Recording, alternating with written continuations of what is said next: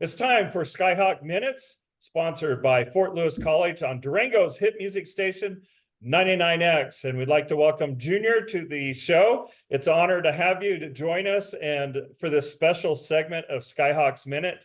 And we want to take a look at your remarkable tenure as a guard junior at Fort Lewis College. And of course, punctuated by your stellar performance and numerous accolades, which has truly set you apart as a standout athlete in the collegiate basketball world in Division II. And so it's just an honor to sit down with you and talk about your journey and how it's shaped your career. And so we want to talk about, your early days, your pivotal role as a leader on the team, and insights and reflections. So without further delay, let's dive right in to a conversation with the extraordinary story of Junior Garbrah. How you doing? I'm doing good, thank you. Thanks for having me. And one of the things I was really excited about this too is since I've been getting to interview the athletes and everything from Fort Lewis, is you come from Melbourne, Australia. That's pretty awesome.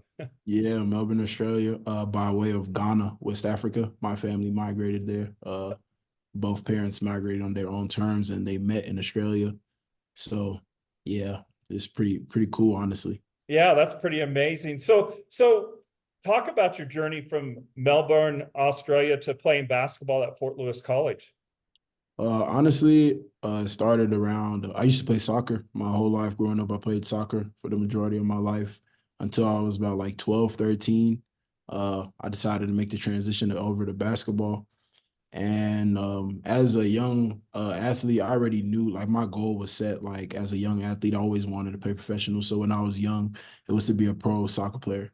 So once I switched over to basketball, I already knew, like, my intentions were to try and aspire to be a pro basketball player.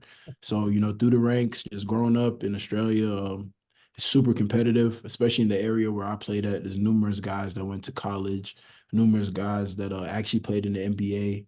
So, like, the area I come from is in regards to basketball is pretty prestigious. I grew up playing for numerous clubs. Played for a Longhorns basketball club, which is a bunch of standout athletes that have made their way over to the States. And at the time when I was in high school, the goal was to get over to America and play high school basketball. So I was blessed with the opportunity to go to a prep school in Phoenix, Arizona, called Bella Vista Prep. It ranged from K to 12th grade, and there was only 100 students. So you could imagine how small the school was. Yeah. It was a tiny school, family run. They started it for their children, and it was an academic based institution. But then we introduced the athletic side to it. And I was there my junior and my senior year. And in my senior year, we won the Chick-fil-A National Classic, which featured guys like Anthony Edwards, James Wiseman, just, off the top of my head. So it was pretty dope to play against that type of level competition. And then we played in the grind session, which had so much talent.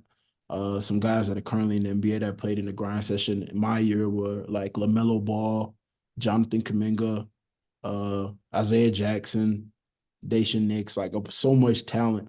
And I just think about my story. It's just crazy for me to even be around those guys, because when I was young, I was on Ball's Life, watching those guys, watching their highlights, and then for me to play against them, it was pretty insane.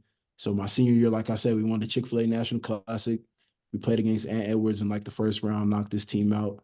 And then my final high school game, we played against Spire, which had LaMelo Ball and Isaiah Jackson.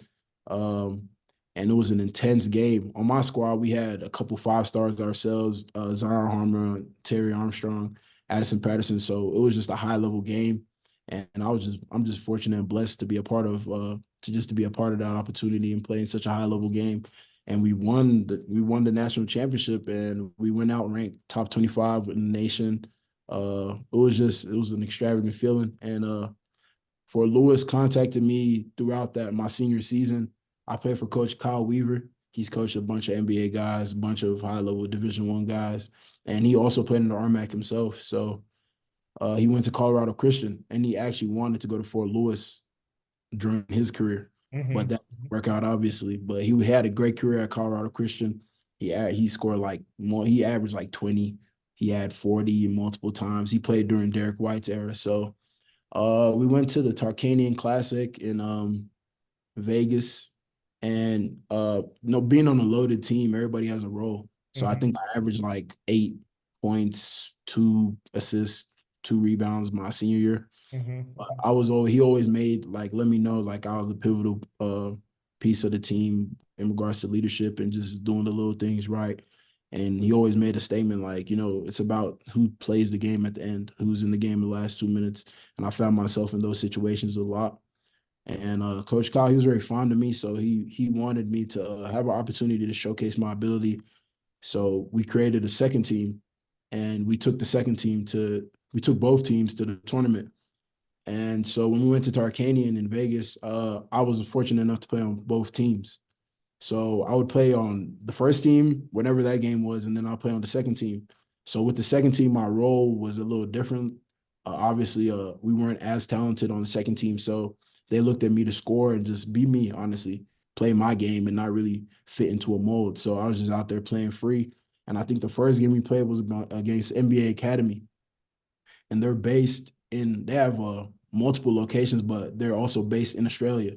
So when I realized we're playing against NBA Academy, I was like, dang, like I'm not gonna lie, like I want to go crazy. Like I have a little chip on my shoulder because uh growing up, the basketball scene in Australia, it was easy for guys like me to get overlooked, just because kids have been in the system. And so Mhm. like I wanted to make a statement. So when we played against them, I think I had like 27. They had a bunch of Australian guys on their team. They had guys that were going, Power Five. I think Benedict Mathurin was actually playing for that team as well. He plays for the Pacers right now. And like I said, I had 27. I think I was like the top five scorers of the day. And after that, a couple college coaches followed me on Twitter, but nothing too major. But by the time the tournament was over, I think I averaged like 25 for the second squad. Mhm, And on mhm. the van ride home, Coach Kyle, he was calling a bunch of coaches like in front of me just to show that he's putting in work.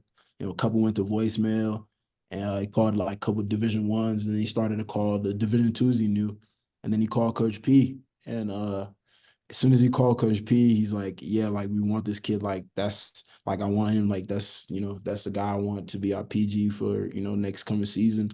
Showed him my film, and Coach Kyle was super ecstatic. He was so happy because, like I said, he wanted to play for Fort Lewis growing up.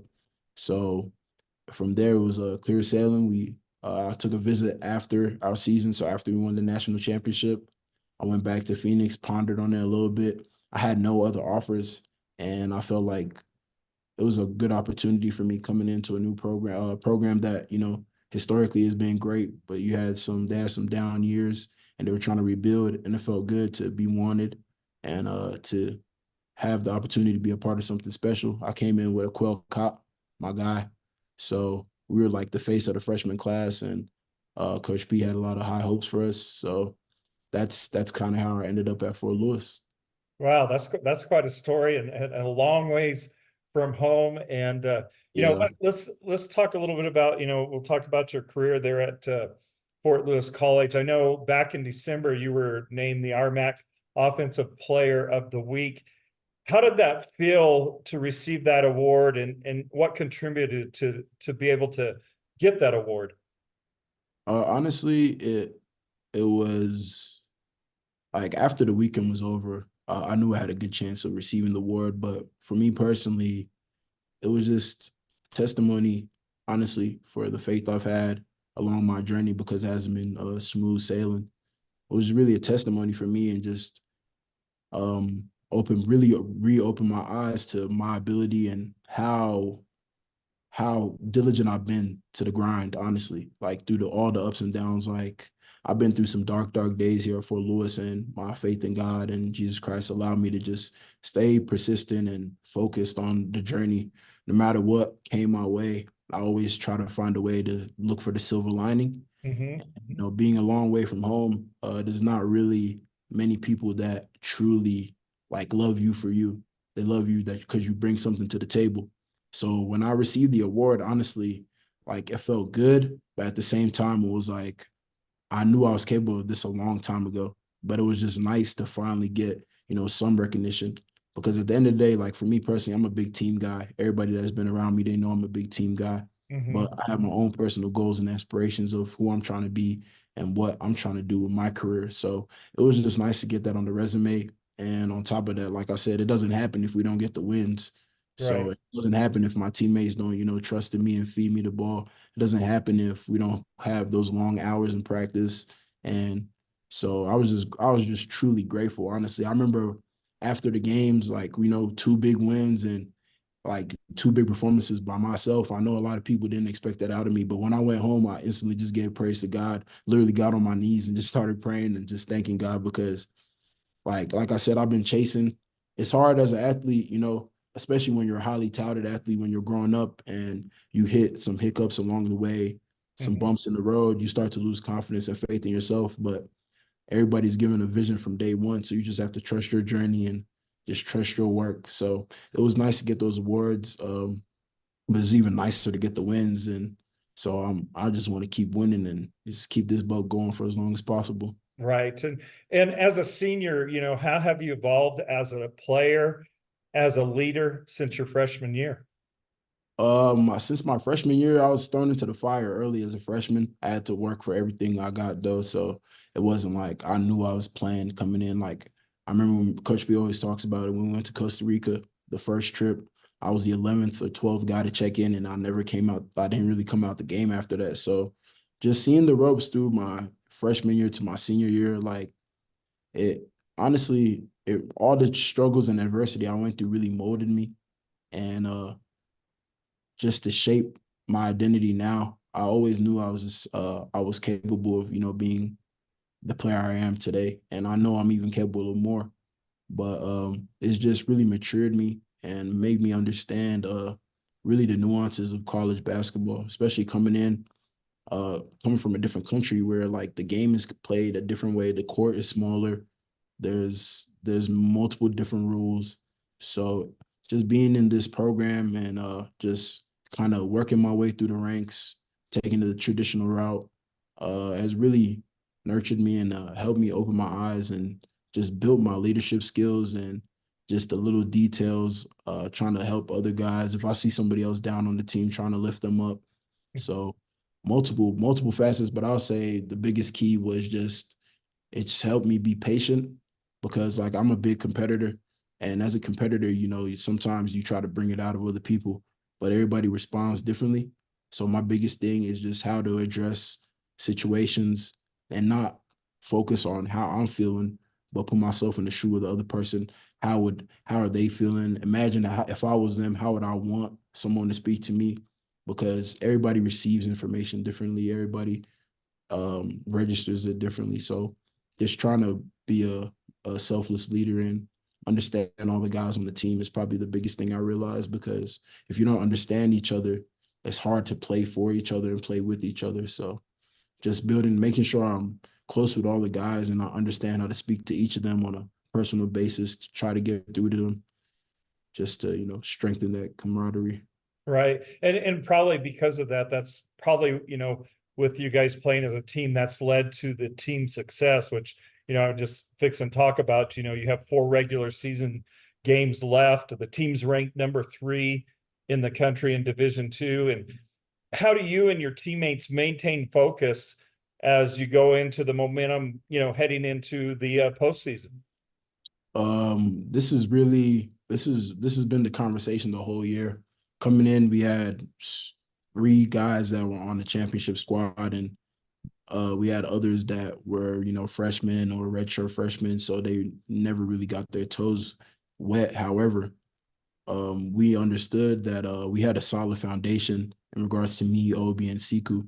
So the coaches made an emphasis that, like, I mean, I know we're losing a lot, but if you 3 stay, we're gonna do our best to surround you guys with not only great athletes but great guys. So before before the season even begun, we already knew and were familiar with the guys that were coming in, and we had a decent relationship.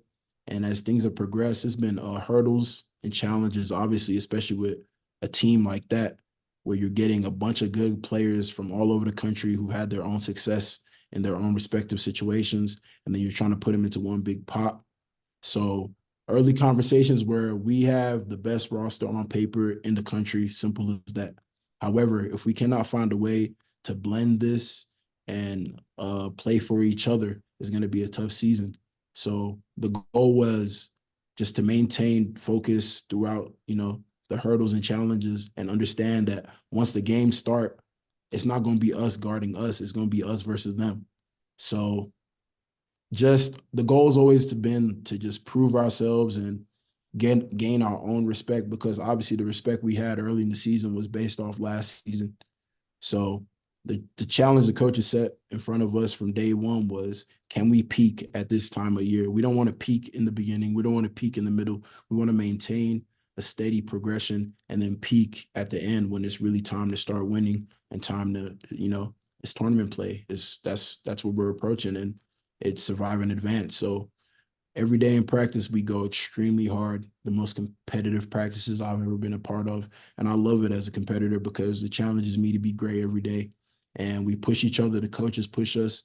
They create adversity in practice. So, yeah, just simple as that. Just peak at the right time. And that's been the mantra the whole year, just staying together, staying tough. And we're just going to continue doing what we've been doing and try to ramp up the focus a little bit more. But we want to peak when it matters, and that's showing in the results in the recent games. So we just have to keep up that steady play and just go in with confidence and the swagger that we've worked hard all year for situations like this. We've had days where guys are bleeding, days where guys are hurt, days where guys don't even want to practice anymore. But all that is put in the pot, to build for the time we're approaching to right now. So it's been a good year, full of ups and downs, but I'm just forever thankful to be a part of such a squad like this. Right, right. And of course I mentioned, you've got 4 games left. You're 17-1 in conference, and you're tied atop the conference with Colorado Mesa. So how do you guys, approach the remaining games so that you can secure a conference title? Same approach. Just day by day, got to win each day. Starts in practice. Got to make sure we deserve to win by how hard and the effort we bring to practice each and every day. So from Monday to Thursday, those are the money making days. So we got to earn the right to win, and we definitely earned the right to win with how hard we practice and how much goes into our practice in regards to coaches planning the practice and structuring the practice based on whatever the scout may be. So for us, it's the same formula. Just win each day and take it game by game. Don't overthink, don't stress too much, and just control what we can control. And that's always going to be our effort and our attitude and how hard we work and how hard we play. Right. And of course, you've demonstrated throughout your career there that your versatility both as offense and defense. And how do you maintain that, performance across different aspects of the game? I mean, it's something that you've been really consistent with, and how are you maintaining to be able to do that? Defensively, I was blessed early in my career just to have guidance from. I played for a Filipino Australian club in the west of Melbourne called Spark, and I had some coaches over there. Like as that's where I started. So my first couple seasons, I used to just run up and down the court. But I had some coaches that took me under their wing. Jarek Venezuela, and the other one was named Stacy, and they just pulled me to the side and they saw something in me and they told me like, we see that you could be a great leader one day, but one thing you need to improve is your voice. And like as a competitor, like I'll always play hard, and like defense for me, I take pride in defense because I don't like a guy feeling like he can get a bucket on me. I like to shut a guy down and kind of rip their heart out, because as a competitor, that's what you do. Right. But they taught me the value in using your voice. So once they taught me that, I kind of just stuck with it throughout my whole career. And in Australia, we have like a representative level, which is like you represent a club and you get graded in your state. So I remember I went to the tryouts and I just using my voice, just talking. I got ball, I got next. I'm low side, I got your help, and that instantly got me attention, and it instantly put me on like one of the top 3 teams within my first tryout. So I just kind of stuck with the formula. And in regards to defense, that's simple. Like I just play hard, take pride in defense, sit down, make sure if it feels like I'm honestly getting physically hurt if someone scores on me. So defensively, that's never going to be a concern with me. And then offensively, I've had my struggles definitely in my career just because I feel like I have so many assets to my game. And in the college level, scouting reports are always changing. It's kind of hard sometimes to find rhythm, especially with this team. We're extremely deep. So one night, you could go look at the stats yourself. One night I could have 0 points, 2 points, 5 points, and then the next night I could have 20. And you just have to remember on a squad like this where 10 guys deserve to start, you just have to be open to sharing the ball and be happy for the next man's success. So for me, defensively, I'm always going to be locked in defensively because I take a lot of pride in that. And offensively, just staying aggressive, moving the ball, and when my opportunity comes or when my number is called, just try to stay focused and make the plays. But that's basically my approach to it. Defense is always my number one regard, always my number one concern, and then I just let the offense flow. Not try not to force anything, just play within the offense, and whatever happens, happens from that point. Yeah, and like you was mentioning, about how everybody scores. It's 10 people, 10 players on the team. And one of the things that I noticed in the stats, it's like everybody scores on the team, and that's what it's about. That's what makes a team successful. And that's what you guys have definitely found so far. Yeah, like you could, I think at one point we're top five in bench scoring in the nation. And like if you look at our roster itself, we have guys that were all Americans at their former institutions, first team all conference, second team all conference. So it's like when you have that much talent, you have to be selfless because everybody has the ability to create, everybody has the ability to score, everybody deserves the right to play. So we just try to emphasize playing for each other and just, try to get a good shot for give up a good shot for a great shot. And it's always the next man up mentality. If it's not your night, it could be your night the next game. So just being selfless and playing for each other and just trying to making sure we try to emphasize that going into each and every game. Right. And as we mentioned, you're a senior this year. So looking beyond college basketball, what are your plans, aspirations for the future, both athletically and professionally? Me personally, like I mentioned earlier, the goal has always been to, be a professional athlete. So I'm just going to continue to strive in regards to my professional career to just reach the highest professional level I can and just make money at that, playing the sport I love, provide for my family. And another big goal of mine is I want to create a foundation or a program. I'm not really sure how to word it just yet, but I want to create something that revolves around helping kids in my city get to high school, get to the collegiate level, and doing it the right way. Because growing up, like I said, like this is a little short interview, but I can't really get into too much detail. But throughout my young career, I had a lot of coaches overseas like lie to me or lead me astray or lead me on, telling me they're gonna do this for me, do that for me. And I was just blessed to find Coach Kyle Weaver through one of my I say like a big brother named Remy. And I really respect what Remy is doing. He has a foundation called the Ninth Wonder Foundation. And he comes to Australia, he holds like a little showcase. And then like from there, he takes, kids that he thinks have a chance. So for me personally, I just want to give kids an opportunity, create my own foundation and give them an opportunity, get off the street and get into basketball. And if the potential, the ability is there, help them, get to high school in the States or get to collegiate levels or even if it's pro. So for me, I'll say just playing professional, of course, and then giving back to my community and helping kids same way those people who looked out and helped me. That's awesome, Junior. Thank you so much for your time. I mean, you have great aspirations for when you get out. I can tell that, and you're definitely a great team leader. And we wish the best of luck, of course, here in the Four Corners to the Fort Lewis men's basketball team. That number 3 ranking, that's pretty amazing. And we wish you the best of luck. Again, thank you for your time. No, thank you for having me, and I really appreciate the love and support that you've been showing to the program. We're gonna use that as fuel.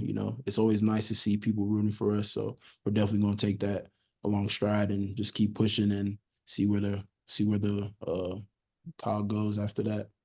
Awesome. Thank you. Junior Garbrah from Melbourne, Australia, now playing at Fort Lewis College, his senior year as they get ready for the postseason. 4 games left. Get out and support the Fort Lewis men's basketball team. And of course, they play this weekend. Last two home games coming up this Friday and Saturday. So get out and support them before they head off. And then, of course, the postseason tournament coming up. You've been listening to Skyhawk Minute, sponsored by Fort Lewis College, right here on 99X.